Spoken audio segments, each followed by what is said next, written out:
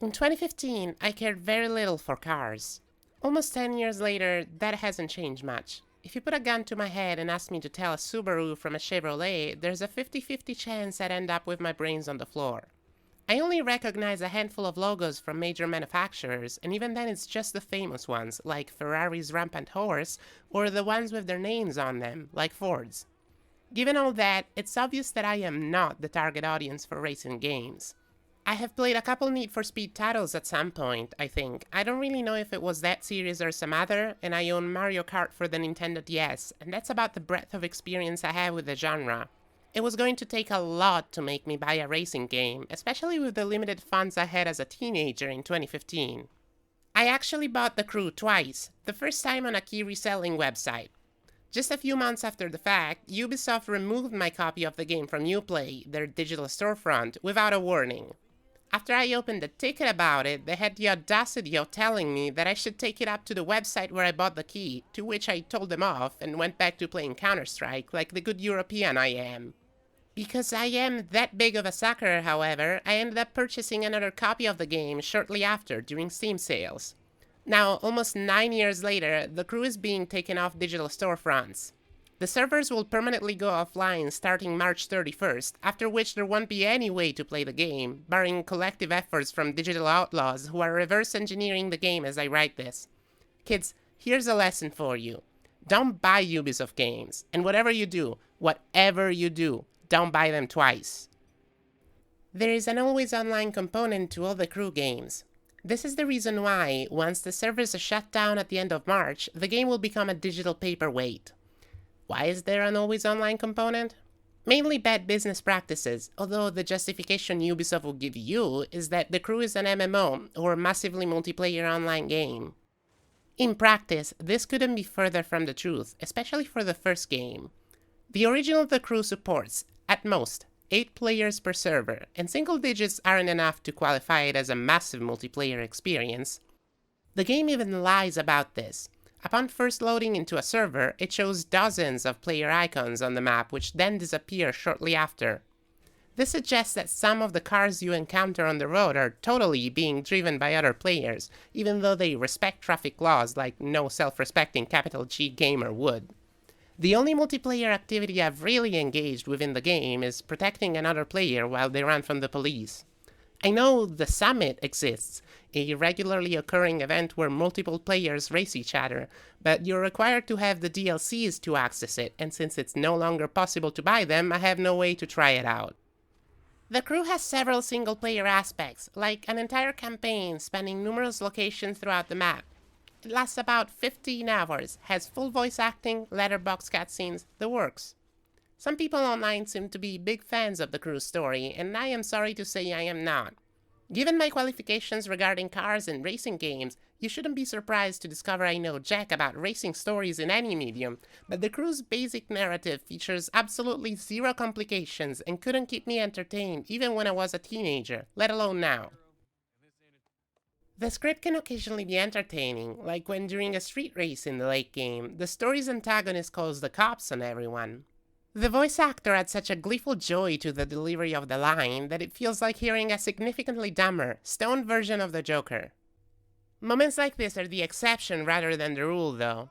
The bulk of the story is composed by Alex, the protagonist, doing random street races and infiltrating the 5 tense gangs so that he can get closer to the man who killed his brother.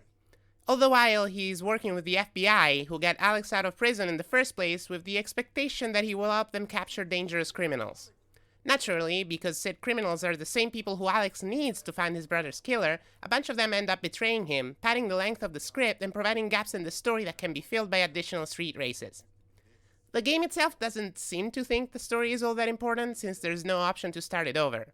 You can replay story missions for extra credits and car parts, but you only get to see the CG cutscenes once, and then they're gone.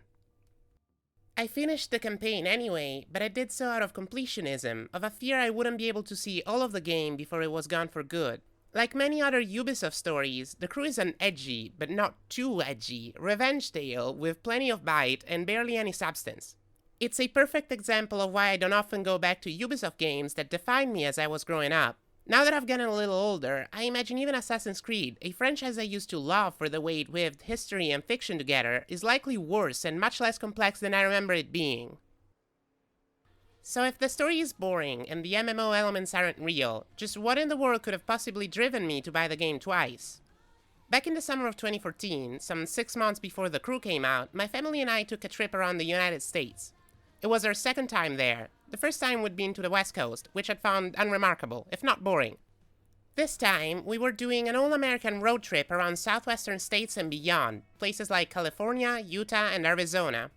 If you have not seen the wide-open desert landscapes of these states, I highly recommend going there if you have the chance. The national parks of Yosemite, Arches, Bryce, and other left images in my mind that have not yet faded 10 years on. Hell, the Grand Canyon changed my life in as many ways as it could, and when you're a teenager, it really can. That was the background to my decision to buy The Crew both times, and my only regret is to have given any money to Ubisoft.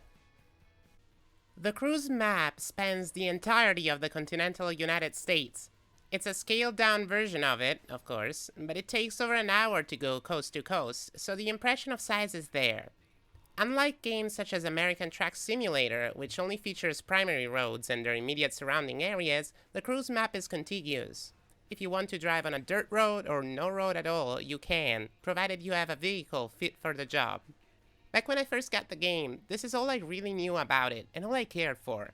I wanted to go back to Yellowstone. I wanted to look through the window of a car and see the endless dry nothingness of Death Valley. This is the reason I bought The Crew for. This is the reason why I bought it again once Ubisoft stole it from me. I've spent hours driving around a digital rendition of a country on the other side of the world, doing as little of the story as it was necessary to afford an off-road vehicle, daydreaming about an America I couldn't reach. Last year, I tried to get into the aforementioned ATS for all the same reasons. I am still far from America, but I yearn for some parts of it as much as I did 10 years ago. ATS has a much increased fidelity to the geographical truth of the United States, to a point where in many Steam reviews, players mention their delight in tracking down the digital roads and passing their old high school. Yet in both that game and The Crew, the player is never allowed to leave their vehicle, and since there are invisible walls on the sides of the roads in ATS, you can never get close to the places in the US I really want to go back to, the White Sands or the Chaco Canyon National Parks of the country. Not all these places are accurately represented in The Crew, and some of them are entirely absent due to the scaled-down proportions of the map. For example, Great Sand Dunes National Park is just labeled Great Sand Dunes, and is immediately to the east of Death Valley's Salt Flats. If you were to overlay a map of the 50 states on top of The Crew's map, you'd find Great Sand Dunes spanning roughly the length of Wyoming, instead of being located 500 miles to the south, in Colorado, where it actually is in real life.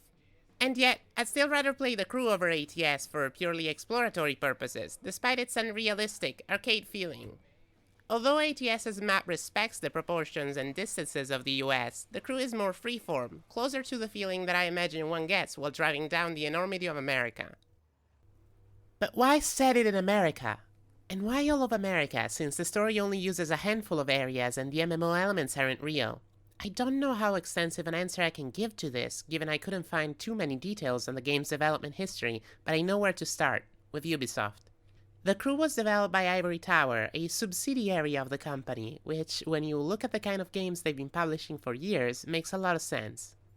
It's not like it's uncommon for French people to have an interest in the US, what with the two countries' own revolutions against monarchy happening at the same time, one's flag being inspired by the others, and the Statue of Liberty being a French creation. I made an entire 5-hour video about Life is Strange, a series of games set in the US, originally created by French studio Don't Nod, but those games tend to care about televised America. Ubisoft, on the other hand, cares about America the myth. Assassin's Creed, maybe Ubisoft's most successful franchise, postulates that throughout history many men and women, all of whom have a symbolic association with eagles, have fought against powerful oppressors to gain radical freedom for all of humanity. If Ubisoft didn't intend for Assassin's Creed to pander to the American market, they certainly took heavy inspiration from American symbols and values. This is without mentioning their various Tom Clancy's titles, games with a decidedly American pro-military stance, or the Batman-like protagonist of Watch Dogs, or Far Cry 5's rendition of Montana, just to name a few. Frankly, I wouldn't be too surprised to find out Rayman Legends has subtext about the free market or trickle-down economy. In the same message in which the imminent closure of the servers was announced, Ivory Tower tells of how the crew began its life in the mind of the devs as the most ambitious racing game ever. This, by itself, could refer to any aspect of the game, but I think, given what the crew is, that it's safe to imagine that the size of the world was the ambitious aspect. So, there you have it. Ivory Tower wanted the map to be huge, and Ubisoft wanted the game set in America because as a company they're concerned with the US, whether because they're French, or, more likely, because it's profitable. This is all speculation from my part, but I'm speculating because while the map could fool me with its size when I was a teenager, it certainly isn't convincing even as a significantly scaled down rendition of the country when you get down to it. Why attempt something like this for your first project as a new developer, even if you have Ubisoft's full backing? After all, other, bigger franchises stick to much smaller land areas when designing the maps for their own racing games, like the Forza series. Was it just blind ambition from Ivory Tower's young and naive developers? The latest The Crew title, The Crew Motorfest, has moved from the continental United States to one of the major islands of Hawaii. I can't speak for that map, since I don't own the game and I'm certainly done supporting Ubisoft, but given Hawaii is a much smaller landmass, I would imagine Motorfest map is not nearly as scaled down as The Crew's United States, but that it was also less development intensive. So like, what do you do to have fun in this huge world, unless you're a weirdo like me and love just driving around and taking pictures of pretty areas? Well, you go from mission to mission, driving through it just to get to the next piece of story content. One exception is Street Challenges, a set of minigames that take place in the open world and can be started by driving through gates. These range from staying on the road while going fast, to slaloms between the left and right sides of the road, to the rare but really entertaining task of scaling the sides of a mountain as fast as possible. Each minigame on the map features a phantom of the highest rated player, inviting you to try and beat their score, so they also double down as social activities of sorts. Upon completion of a minigame, if you've gotten a decent enough score, a reward is granted, in the form of a car part that can be equipped on your vehicle to improve its performance. There's also old cars that can be found in the open world, 5 total, 1 for each region of the map. You need to collect 20 different pieces to unlock one of them, and the game doesn't tell you exactly where they are, just a general idea of the location. This is one of the more dated elements of the crew's design. After all, why add cool scavenger hunts to incentivize exploration when you can just gate those rewards behind a battle pass? Another activity that takes place in the open world, although it sometimes pops up in story missions, is police chases. If you're a road menace, local police will notice, and if you ram into one of their vehicles, they'll start chasing you. They're not too dissimilar to police chases in the GTA franchise. Like in those games, there's a wanted system, and cop cars tend to spawn somewhere on the road ahead, asking the player to pay attention to the minimap while driving. Unlike minigames, these chases don't feel fully implemented with the open world, since driving off-road for a few hundred yards is usually enough to make the police desist. As far as I can tell, you also don't gain anything by doing them beyond the status of Most Wanted, which broadcasts a message proving you're the baddest bitch to all of the 7 other players on the server. Instead of tuning police chases, the Crew 2 removed them entirely. The sequel also ditched the minigame system in favor of what's essentially a single minigame that's always active throughout the map, where instead of doing a different activity every few minutes, you are constantly pulling off stunts for points. Boats and planes have been added in the Crew 2, so of course there's stunts to be pulled with all of them. Doing stunts gains you followers. Followers give you money over time. Money is necessary to acquire new vehicles, and acquiring new vehicles is constantly necessary, since there are like 20 different disciplines each for cars, planes, and boats, and even the most expensive vehicles need to be upgraded. Thus, the omnipresent stunts minigame turns into a chore. I am always drifting, or spinning the plane, or turboing off a ramp with the boat, and as I'm focused on that, I don't get to enjoy the landscape. Similarly, flying a plane is just so much faster than the alternatives that I barely ever use cars in the Crew 2, and the view from above, while pretty, has nothing on the feeling of driving through America. The 7 radio stations in the Crew broadcast about 100 or so licensed tracks. They are, mostly, B-list songs from 10 years ago, back when the game was new, but there's also some genuine heavy hitters in there, like Arctic Monkeys' Do I Wanna Know or Lord's Royals. There's also an adaptive soundtrack feature that cuts the low end of the music while you're stationary, and turns it up again once you're back at full speed. I don't love the Crew's music, but I think it complements the exploration well, even though that might only be because I've listened to it thousands of times now. One of my goals for the crew was to see every part of the map before the game was taken offline. At first, all of it is grayed out, but as you drive around, areas in a few miles radius from your position are colored in. In that sense, you can't really see every inch of the map, and that might be an impossible task anyway, given the size, but you get an impression of all the areas depicted in the game.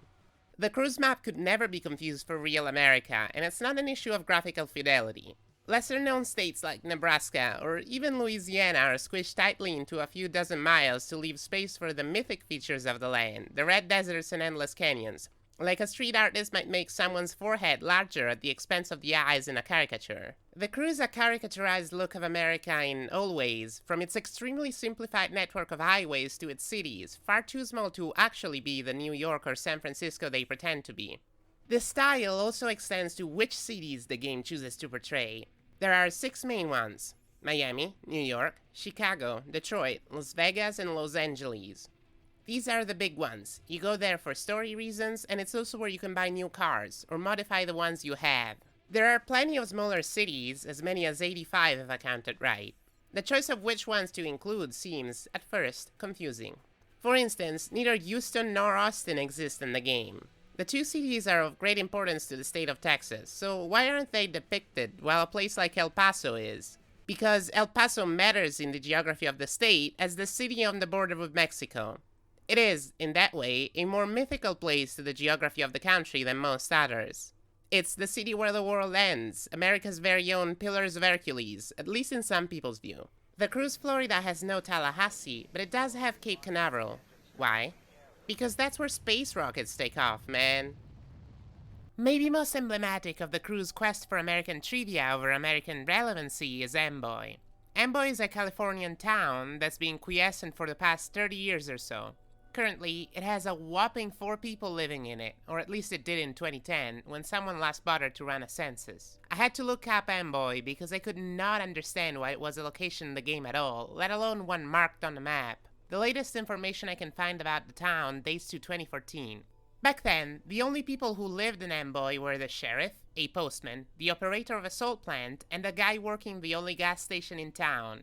Amboy used to be a stop on Route 66, but its population started to decline once Interstate 40 opened to the north. Then, the town was sold, and then it was sold again a couple more times, used as a photo shoot's location, and finally entered the possessions of Alberto Cura, owner of the Juan Pollo restaurant chain.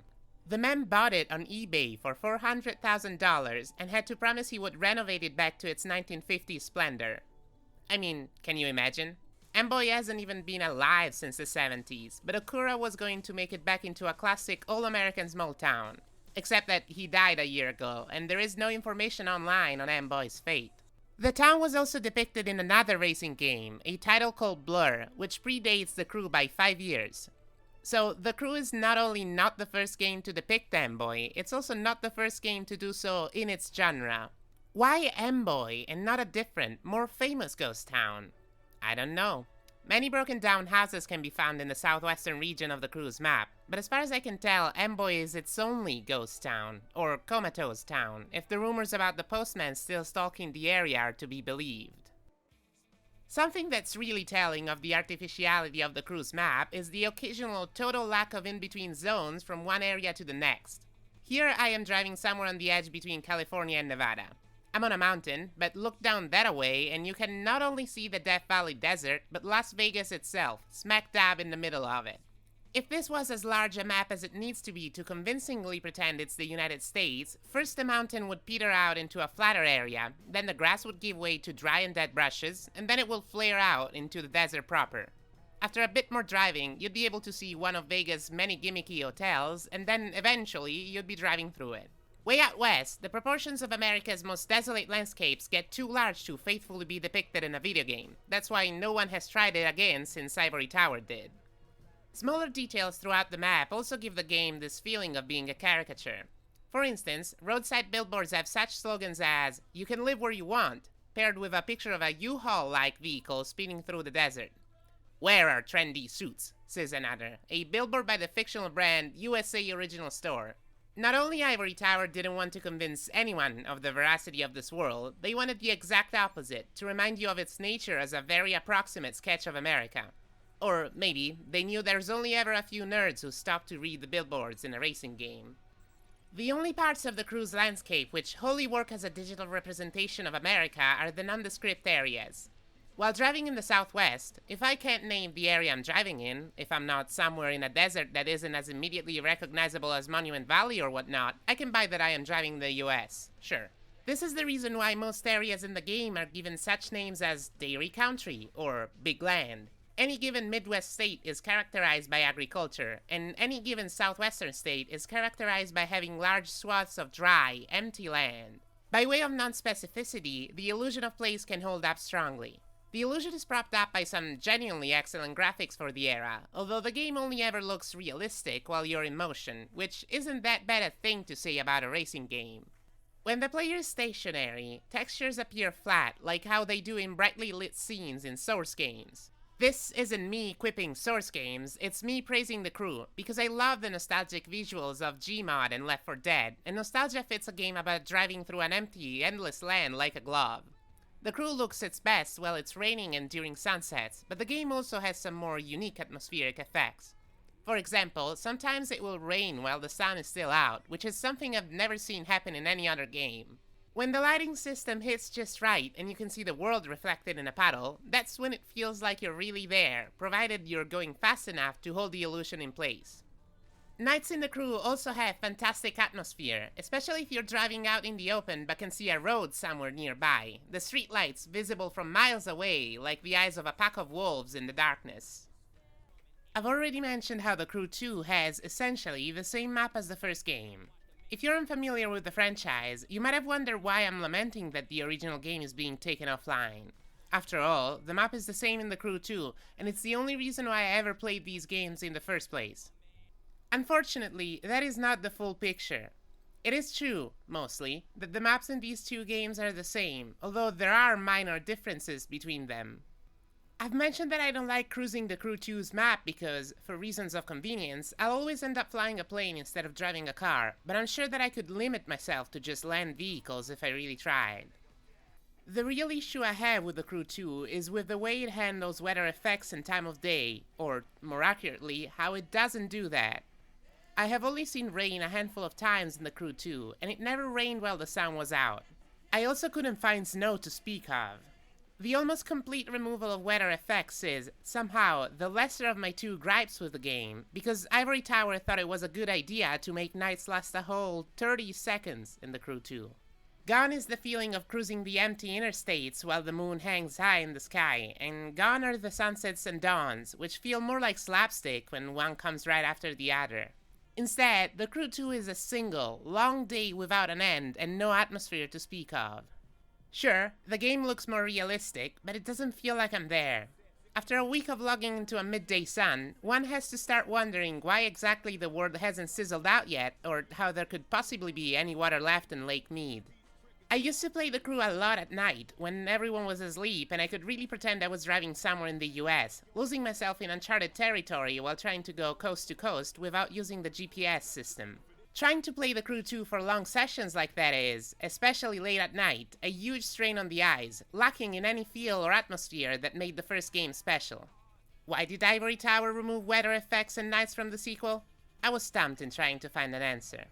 There are some old Reddit threads about nights being made progressively brighter and then removed altogether after some players complained they made it hard to see, but there's also just as many clamoring for their return. The Crew is not what I wanted back in 2015, because what I wanted was impossible. I wanted to have a car, know how to drive, and to do so in the wild corners of America, falling asleep under a sea of stars and waking up on dry, red-colored Earth. The Crew was as close as I was going to get to that, though, and, largely, it still is. I will dearly miss this digital dream of mine, even if it was just a caricature of reality, a map poorly scrawled on a napkin. One of my favorite novels is Neil Gaiman's meandering American Gods. It can be about religion, as the title suggests, but it's more often than not about grief and the idea that America can mean anything or nothing to different people. There's no telling what America will mean to anyone next year in the current political climate, and how well American Gods' message will age, but for now, I enjoy the book for what it is. Just like the crew is a caricatured impression of the whole of the US, some chapters of the novel feel like snapshots of what rural America must have been like 23 years ago. In one of the many passages breaking up the principal narrative of American Gods, Gaiman writes, quote, "One describes a tale best by telling the tale. You see, the way one describes a story, to oneself or to the world, is by telling the story. It is a balancing act and it is a dream. The more accurate the map, the more it resembles the territory. The most accurate map possible would be the territory, and thus would be perfectly accurate and perfectly useless. The tale is the map, which is the territory." Thanks for watching.